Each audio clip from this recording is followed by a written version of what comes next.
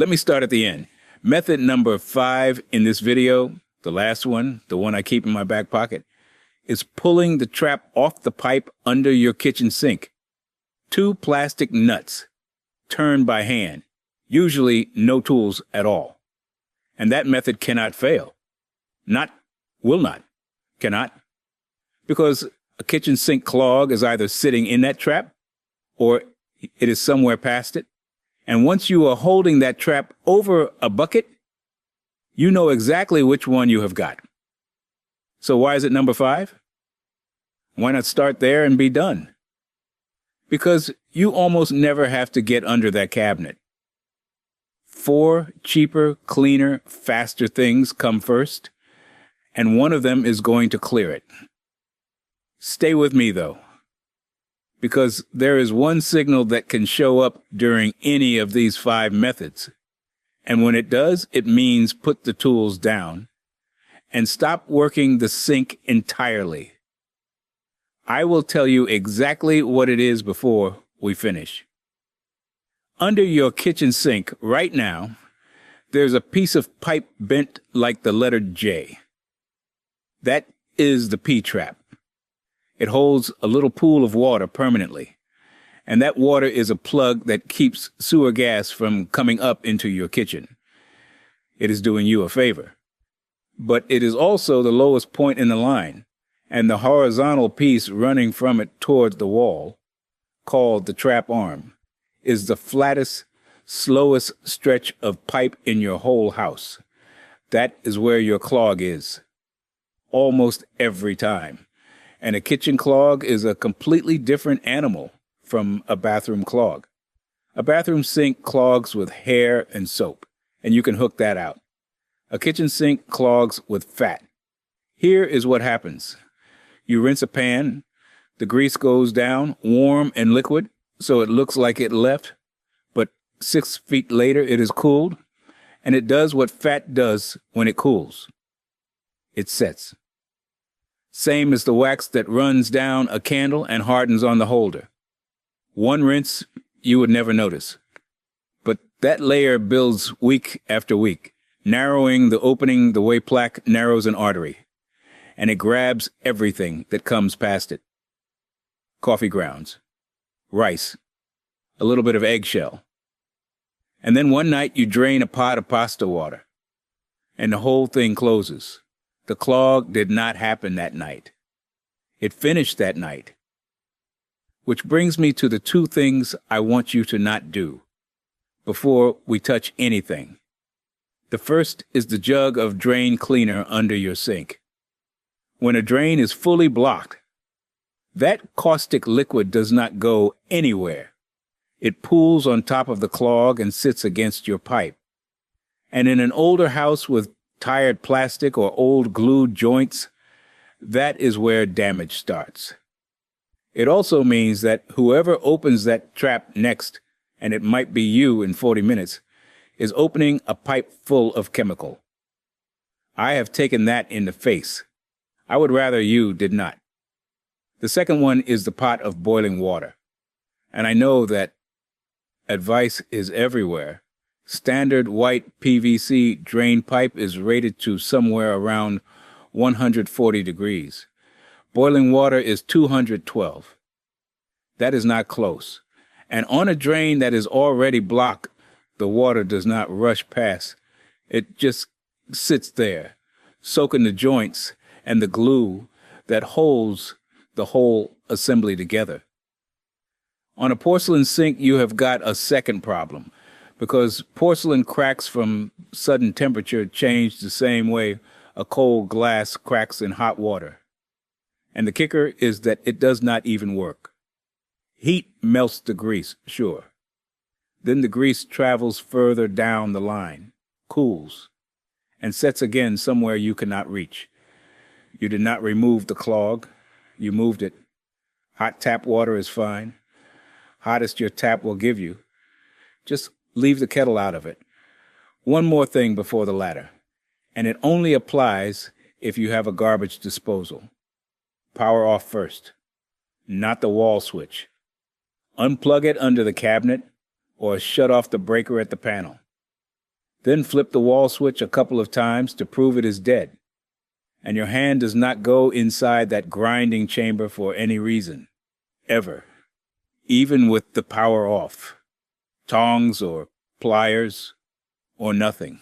Now, before you assume you have a clog, check that the disposal is not simply jammed, because a jammed disposal looks exactly like a clogged sink. Flip the switch and listen. If you hear a hum with no grinding, that is not a clog. That is the flywheel stuck on something hard. With the power off, take a 1/4-inch hex wrench, the little L-shaped one that came taped to the unit, and put it in the hex socket on the underside, dead center. Work it back and forth until it spins a full circle both ways. Then look for a small red button on the bottom of the unit. That is the overload reset. Let the motor cool about 20 minutes. Press it until it clicks and stays in.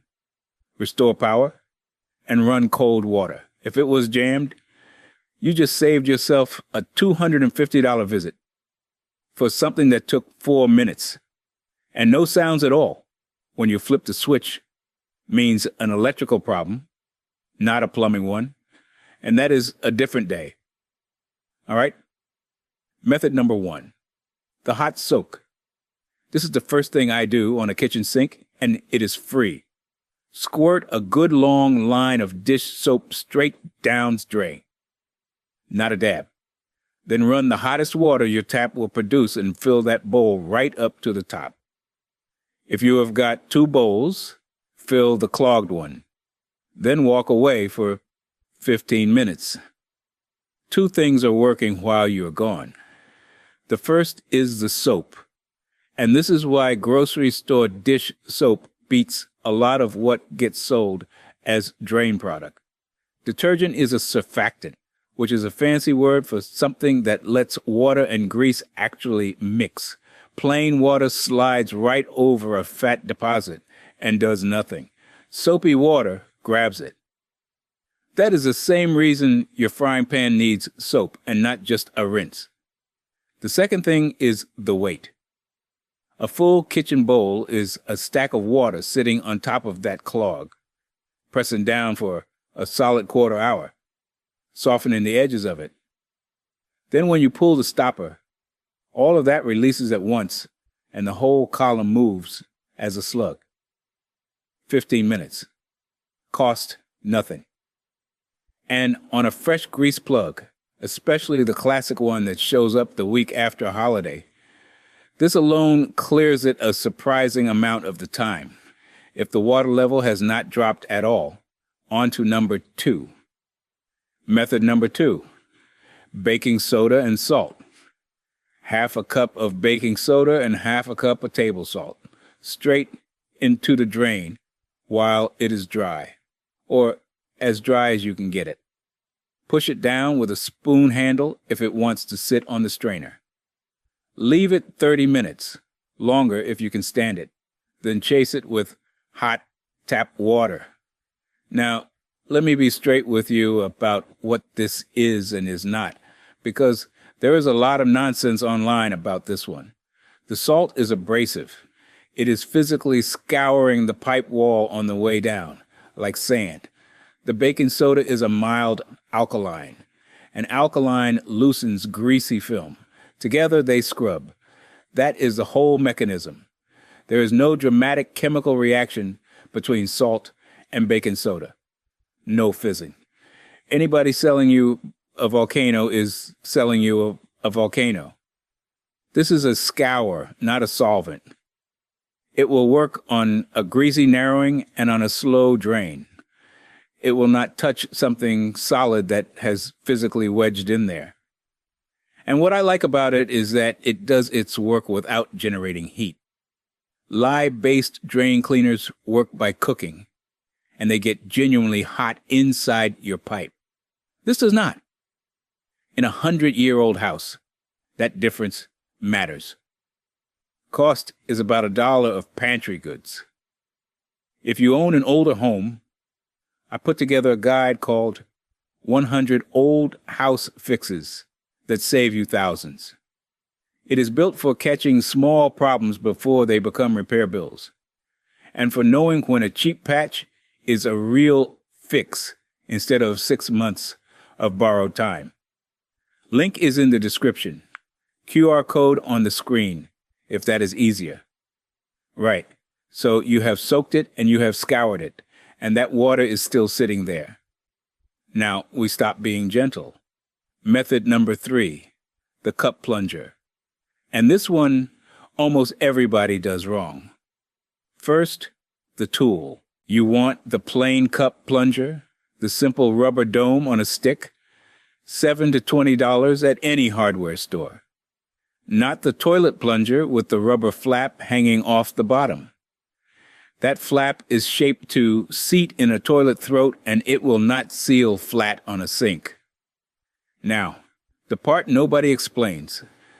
Before you plunge anything, you have to close every other opening in that drain system, because pressure takes the easiest way out, and you want the only way out to be through the clog. If you have a double bowl sink, stuff a wet rag hard into the second bowl's drain and hold it down, or get somebody to stand there and press on it. If you skip this, you will plunge the clog side and watch water surge up the other side, and you have accomplished nothing. Same with the dishwasher air gap, that little chrome cylinder sticking up on the back of the counter. Wrap a wet rag around it.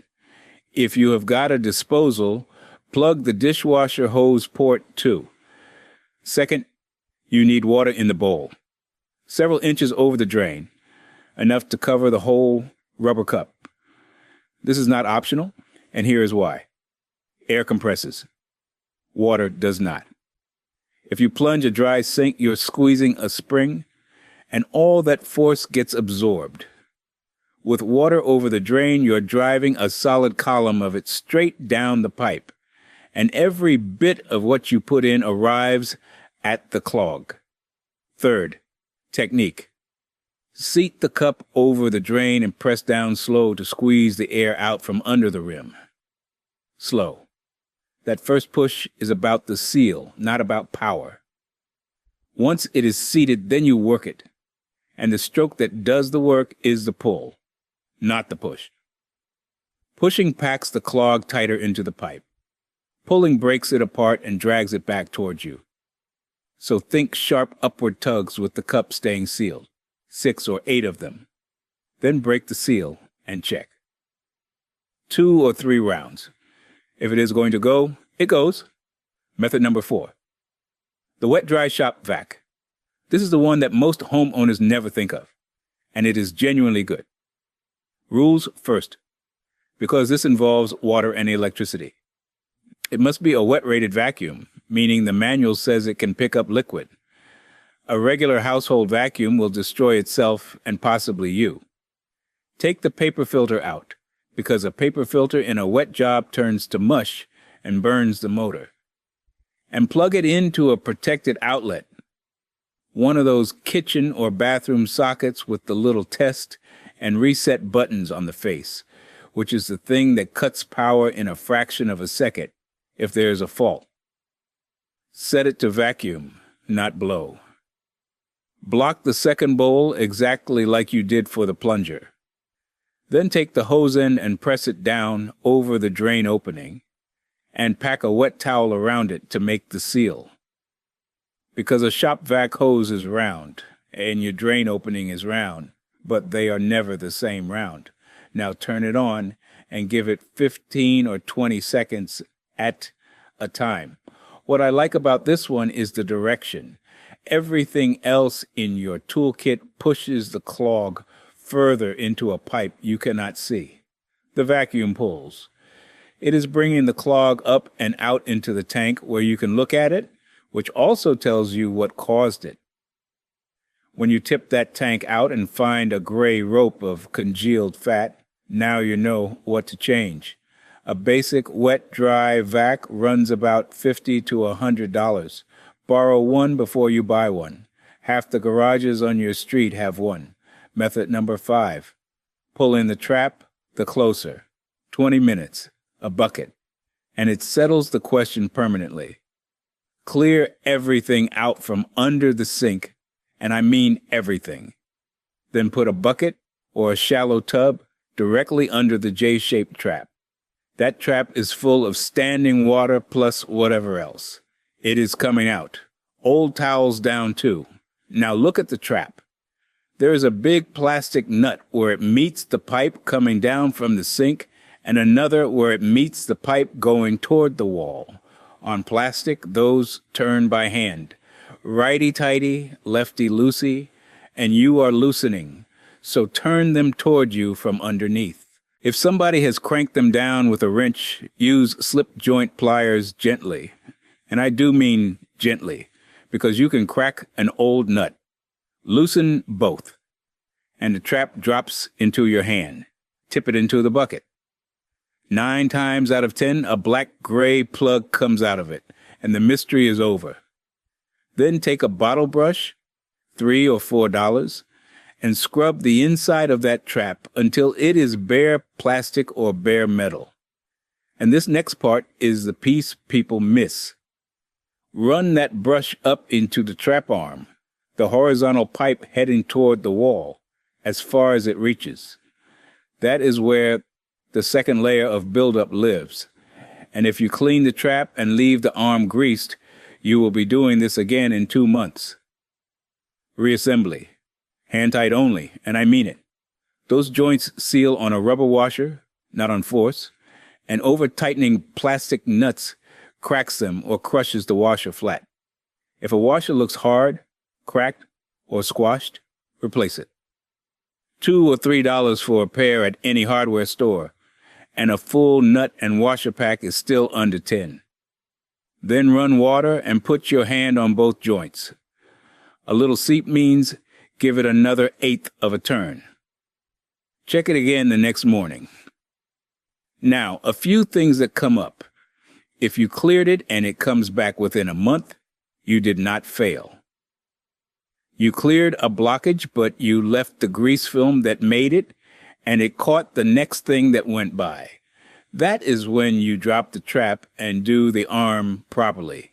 If the second bowl still drains slow after the first one runs clear, your clog is past the T where the 2 bowls join, further down the line, and the shop vac or the trap arm brush is your play. If it clears and then smells, that is organic film on the pipe wall rather than a blockage. And that is a maintenance problem, not an emergency. And if it clogs 3 times in a season, stop treating the sink. Something structural is going on downstream, and repeatedly clearing the same spot is paying twice for a problem you never diagnosed. Now, the signal I promised you. While you are working, watch the rest of the house, because you are not just testing the sink, you are testing the whole line.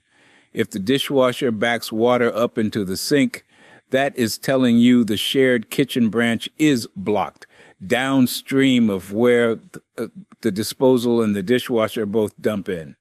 Annoying, but still your job. Keep going up the ladder. But if a fixture in a different room reacts while you are working, that is different. Tub gurgling, toilet bubbling, water rising in a drain you never touched, a basement or ground floor drain backing up when you use something upstairs. That means the blockage is not in your kitchen line at all.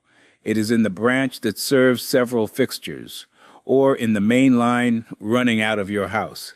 And every plunge and every pour is being applied to a pipe that was never the problem. That is where the homeowner stops, because a main line does not clear with a plunger. Tree roots do not care about baking soda. And the difference between calling somebody on a Tuesday afternoon and calling them at 11 at night with sewage on your basement floor is about $300 and a very bad evening.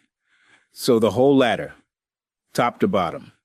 Dish soap you own, $1 of baking soda and salt, a plunger for $7 to $20, a shop vac you can probably borrow, $2 of washers if one crumbles, call it $0 to $5 on a normal day, against a weekday service call at $150 to $300, $250 to $400 if they bring the electric snake out for a kitchen line, and around $450 if you are calling after hours because you waited.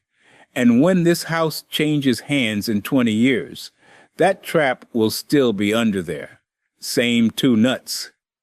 Still the cheapest part of the whole building to take apart. That is not an accident. Somebody designed it so an ordinary person could open it with their hands. The trade just stopped mentioning it because there is no money in a homeowner who owns a bucket. 100 old house fixes that save you. Thousands is in the description. QR code on your screen. Inside it is the at-home checklist and the seasonal maintenance calendar, plus the questions worth asking a contractor before you agree to anything. And if a sink you cleared for $1 was worth your time, subscribe to Roger the Pipe Guy, because that is what I do here. Old house fixes that keep the money in your pocket instead of somebody else's van. Go clear your sink.